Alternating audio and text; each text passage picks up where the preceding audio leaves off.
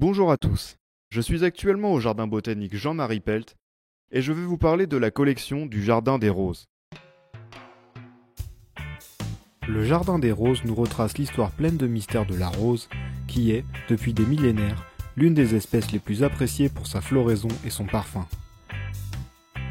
Souvent rencontrée dans les régions tempérées de l'hémisphère nord, elle est le fruit de croisements successifs ayant permis la création de milliers d'espèces hybrides au fil du temps.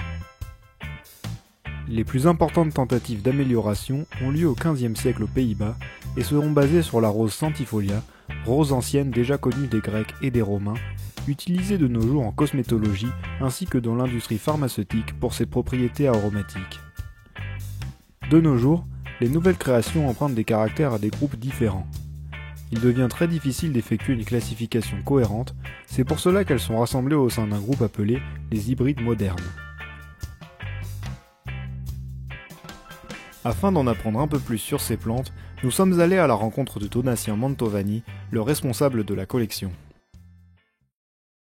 Dans la roseraie, depuis 3 ans, on a à peu près 600 pieds de vivaces dans cette roseraie. D'une part pour à la période où la floraison est moins importante, que le public voit aussi d'autres choses que la rose, mais ils voient des vivaces. Et d'autre part, ces vivaces-là vont apporter aussi des auxiliaires comme les coccinelles qui vont manger les pucerons sur les rosiers. Voilà.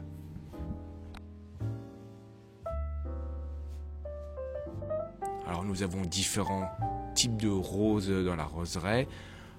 On a des roses comme Baron Gonella, c'est une grosse rose en pivoine qui est très intéressante par son odeur. On a d'autres rosiers comme Belle de Londres, qui est un rosier grimpant, une belle rose qui sent très très bon.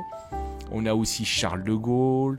On a aussi Sissi. Au niveau du coup de cœur, au niveau des roses, on a Joseph Côte, qui est très intéressante. C'est une belle rose. Au début, elle est orangée et elle termine par une couleur jaune citron.